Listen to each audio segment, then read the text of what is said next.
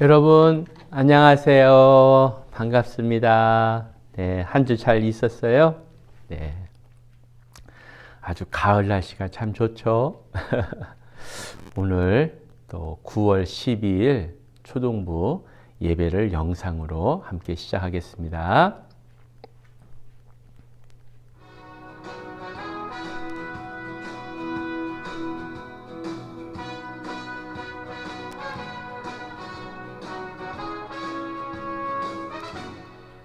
네, 우리 다 같이 사도신경 고백하는 시간입니다. 네. 나는 전능하신 아버지 하나님, 천지의 창조주를 믿습니다. 나는 그의 유일하신 아들, 우리 주 예수 그리스도를 믿습니다. 그는 성령으로 잉태되어 동정녀 마리아에게서 나시고 본디오 빌라도에게 고난을 받아 십자가에 못 박혀 죽으시고 장사된 지 사흘 만에 죽은 자 가운데서 다시 살아나셨으며 하늘에 오르시어 전능하신 아버지 하나님 우편에 앉아 계시다가 거기로부터 살아있는 자와 죽은 자를 심판하러 오십니다. 나는 성령을 믿으며 거룩한 공교회와 성도의 교제와 죄를 용서받는 것과 몸의 부활과 영생을 믿습니다.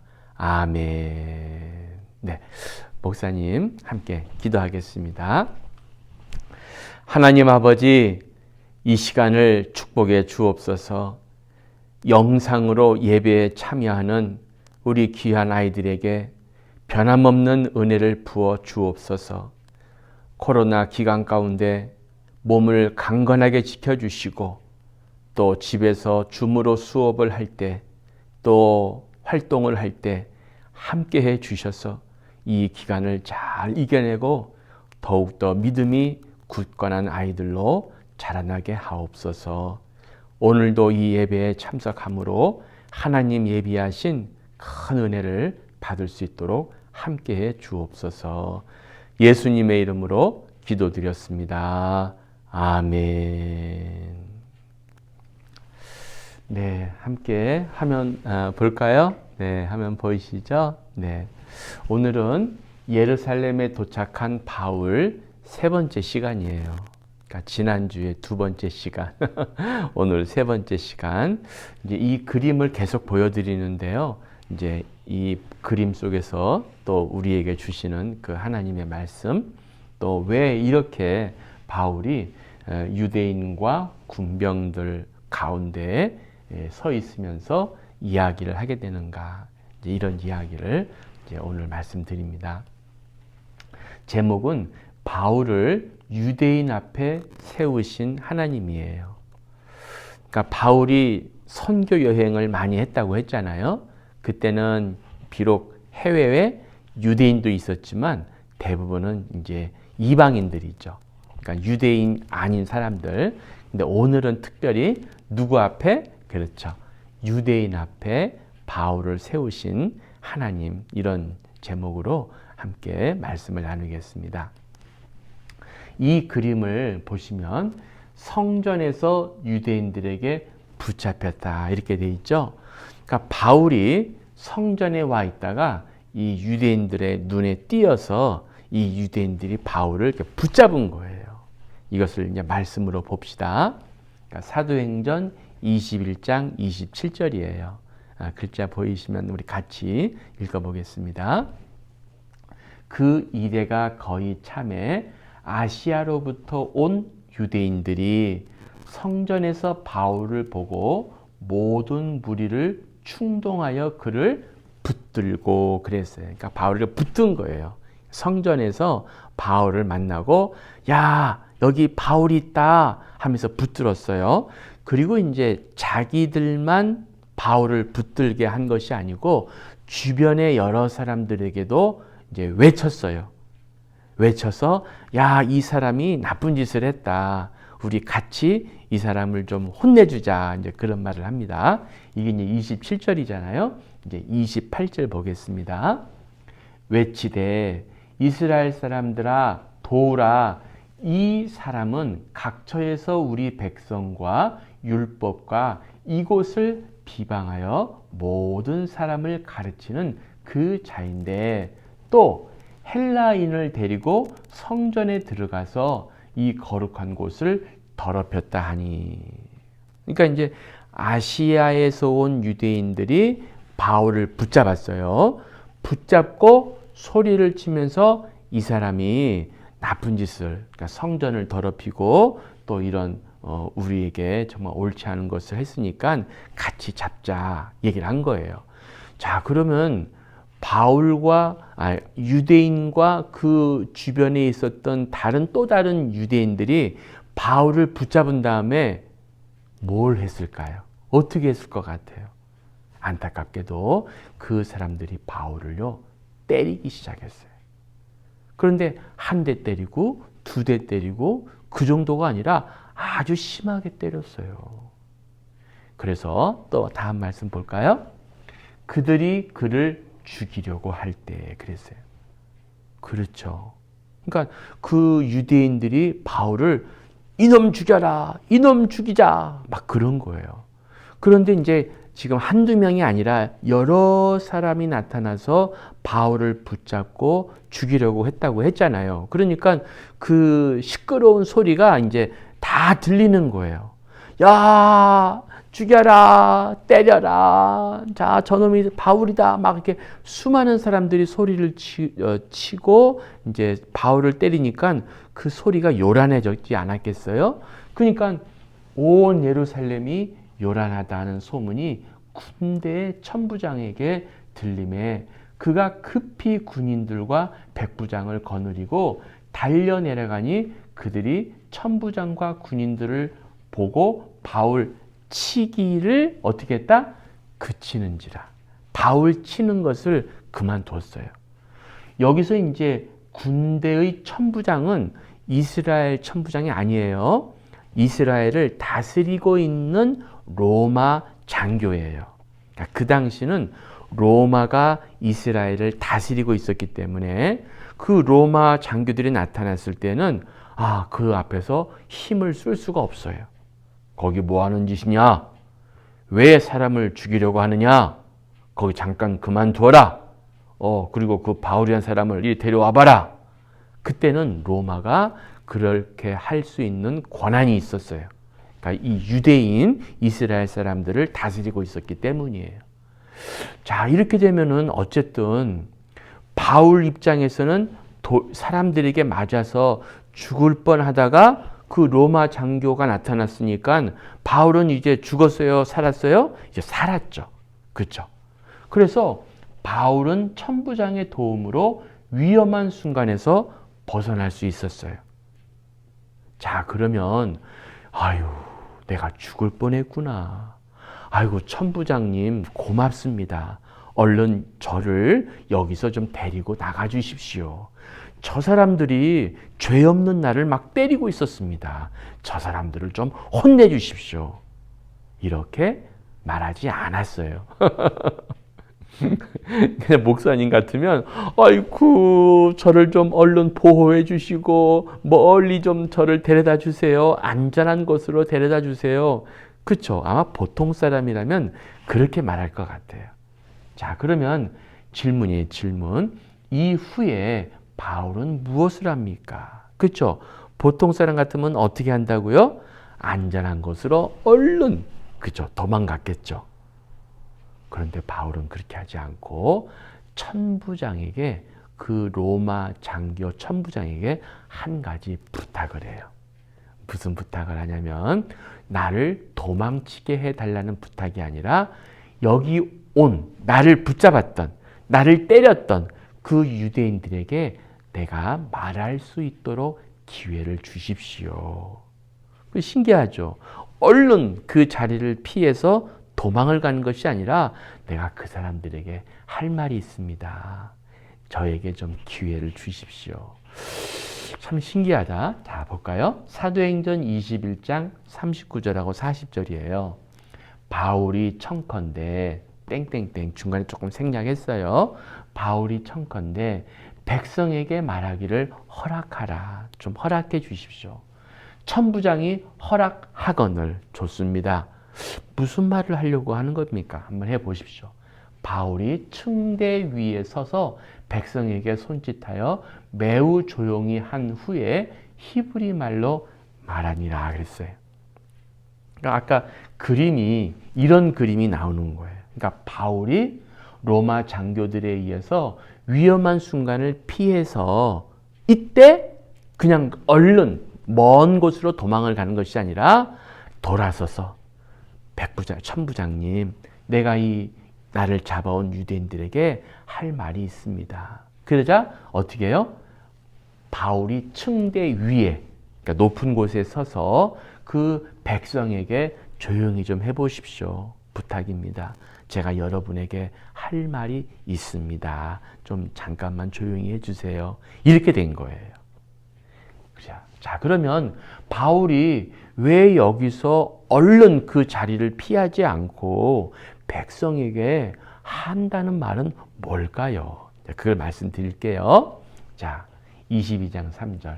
나는 어떤 사람이냐? 나는 나도 유대인입니다. 길리기아 다소에서 태어났습니다. 이 성에서 자라 가말리엘의 문화에서 우리 조상들의 율법에 엄한 교훈을 받았고 오늘 너희 모든 사람처럼 하나님께 대하여 열심히 있습니다. 그러니까 나도 유대인입니다. 나도 아시아에서 온 유대인 여러분처럼 저도 사실은 그 다소에서 태어났습니다. 여러분들을 잘 이해할 수 있는 그런 사람입니다. 또 저도 여러분들처럼 율법의 엄한 교훈을 받았습니다. 저 어릴 때부터 율법을 잘 지켰어요. 그리고 오늘 너희 모든 사람처럼 하나님께 대하여 하나님을 아주 잘 믿는 사람입니다. 그러니까 지금 나도 여러분과 똑같은 사람이라는 것을 지금 말하는 거예요. 또 볼까요? 자, 계속해서 22장 4절 5절. 내가 이 돌을 박해하여 사람을 죽이기까지 했습니다. 바울이 그런 사람이었어요. 지금 유대인들이 바울을 죽이려고 했잖아요. 그런 것처럼 바울도 예수님을 믿는 사람들을 죽이던 사람이에요. 그렇죠. 깜짝 놀랐죠. 그리고 남자든 여자라고 안 봐줬어요. 남녀를 결박하여 옥에 넘겼어요. 감옥에 쳐넣었어요. 저도 그러던 사람이에요. 이에 대제사장과 모든 장로들이 내 증인입니다. 잘 압니다. 내가 이렇게 말하는 거 거짓말 아니에요. 가서 물어보세요. 대제사장과 장로들이 다 압니다. 왜 이 말을 하는 걸까요? 이것이 오늘 설교의 주제예요. 자, 다시 한번. 나도 여러분과 어떤 사람이다?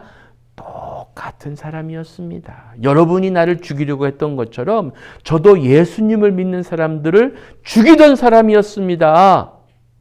이 말을 하는 거예요. 바울은 도망가지 않았습니다. 바울은 자신의 과거를 고백했습니다.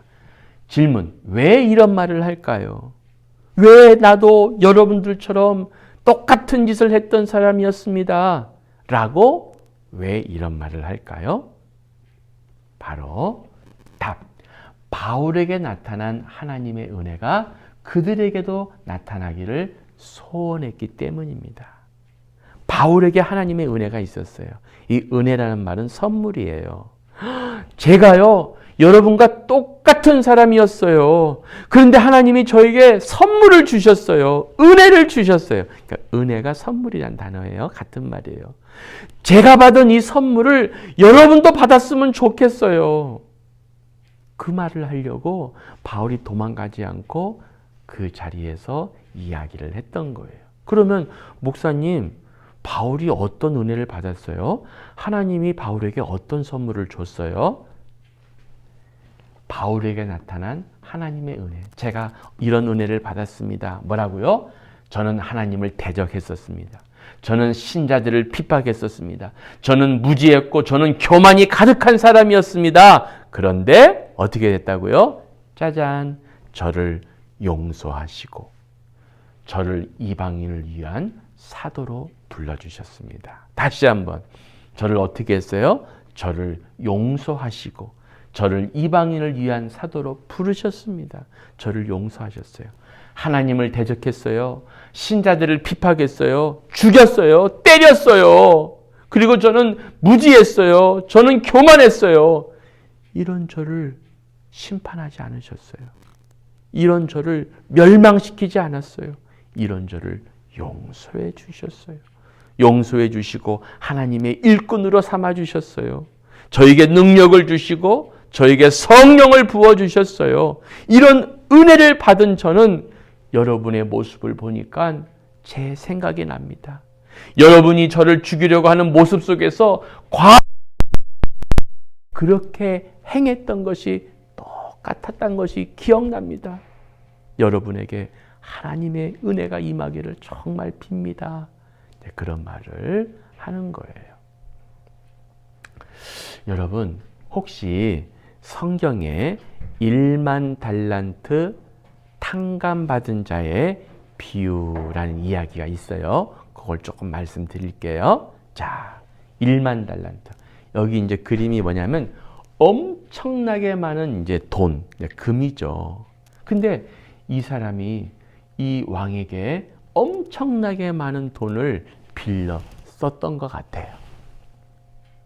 근데 문제는 뭐냐면 그걸 갚아야 되는데 갚을 수가 없어요.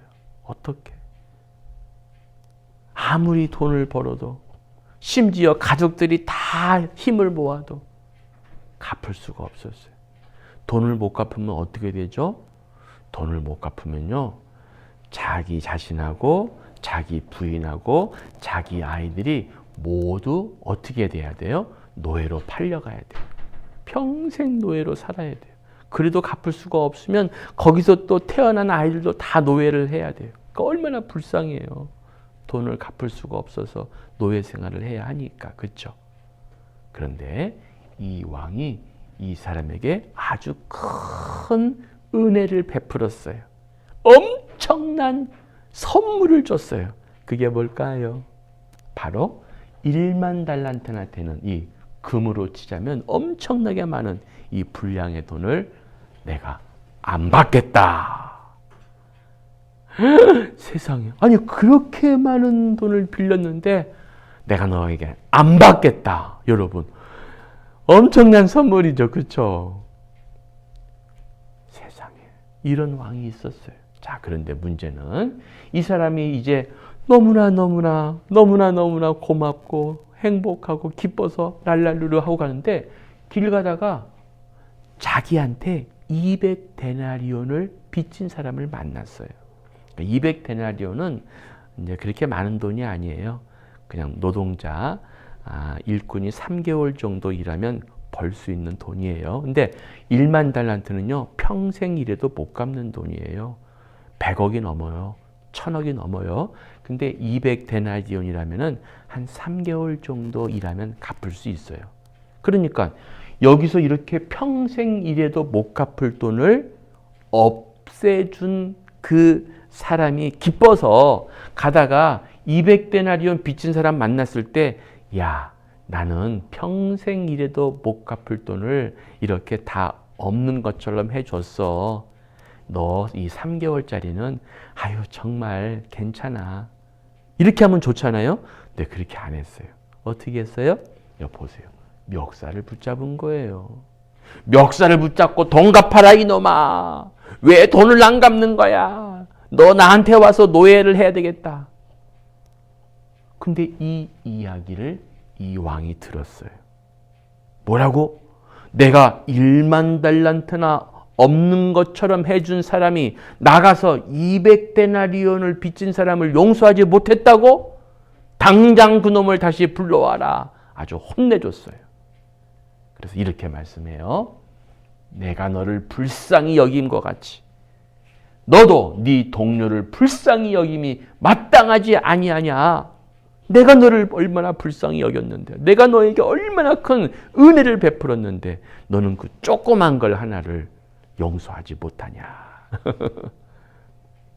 바울이 유대인들을 보면서 비록 자기를 때렸지만 바울이 아팠을 거예요. 왜냐하면은 지금 막 때렸거든요. 천부장이 오기 전까지 막 맞고 있었어요. 그러니까 맞으면 아프잖아요. 근데 그 몸이 아프지만 자기를 때린 사람들이 지금 저기 있지만 저 나쁜 놈 막 욕하거나 그렇게 하지 않고 내가 지금 아프지만 내가 하나님에게 받은 은혜를 생각하면은 내가 너희를 용서합니다. 내가 받은 은혜를 여러분도 받았으면 좋겠습니다.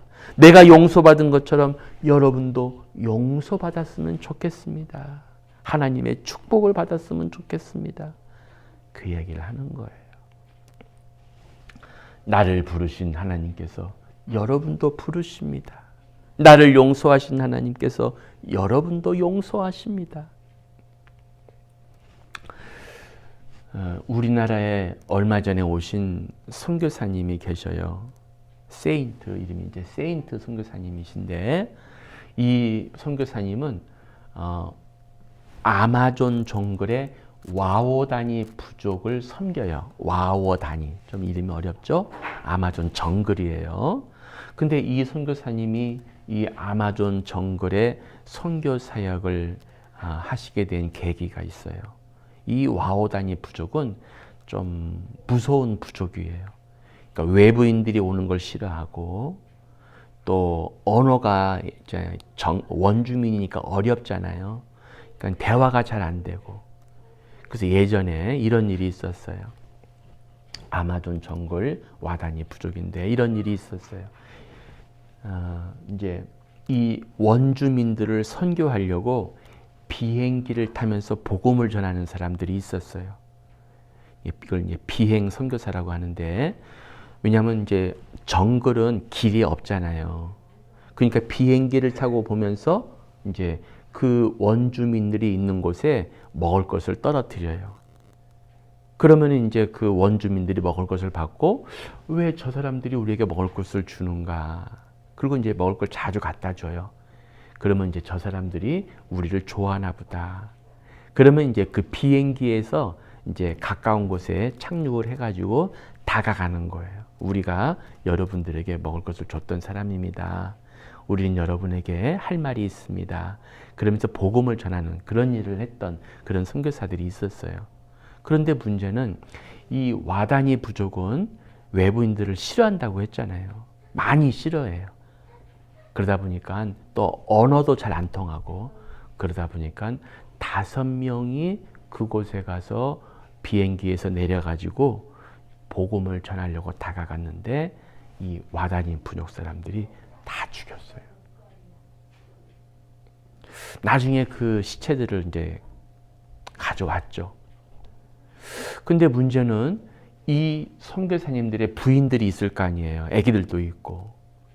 근데 봤는데 이 선교사님들이 총이 있었거든요. 근데 총을 안 쏜 거예요. 그렇게 칼에 맞아서 창에 맞아서 죽는 순간에도 그들에게 총을 안 쐈어요. 그래서 나중에 몇 년이 지난 뒤에 이 부인들이 그 와다니 부족을 위해서 계속 기도를 했어요. 하나님, 우리 남편들이 와다니 부족을 위해서 이렇게 목숨을 바쳤습니다. 하나님, 우리도 계속해서 그들을 위해서 기도하고 섬기겠습니다. 기도하고 나중에 어떤 일이 생기냐면은 그 부인들, 남편도 죽었다고 그랬잖아요. 아기들도 이제 있었잖아요. 근데 그 부인들하고 아기들이 또 그 와다니 부족을 찾아가요. 그러니까 와다니 부족 사람들이 깜짝 놀라는 거예요. 아니, 우리가 당신들 남편을 죽이지 않았냐. 그런데 어떻게 또 다시 우리를 찾아오냐? 우리가 무섭지 않냐? 우리가 밉지 않냐? 아니라고. 우리가 예수님의 사랑을 여러분에게 전하려고 왔다고. 하나님이 우리를 원수 되었을 때 우리를 위해서 독생자를 아끼지 아니하셨다고. 우리를 위해서 십자가에서 죽으셨다고. 우리도 여러분을 사랑한다고. 여러분을 위해서 이렇게 찾아왔다고. 그래서 그때 그 남편들을 죽인 그 원주민들이 여러 사람 있잖아요. 그 중에 몇 명이 회개하고 예수님을 영접해요. 그리고 점차로 그 아까 그 와다니 부족 가운데 믿는 사람들이 점점 생기게 되었어요. 이것이 이제 나중에 보면은 창끝이라는 영화가 있어요. 창끝. The End of the Sphere. 창끝. 창끝이라는 영화가 있고 책으로는 영광의 문이라는 책이 있어요. 나중에 여러분 한번 읽어보시면 정말 감동이 있고 우리가 배우는 게 많을 거예요.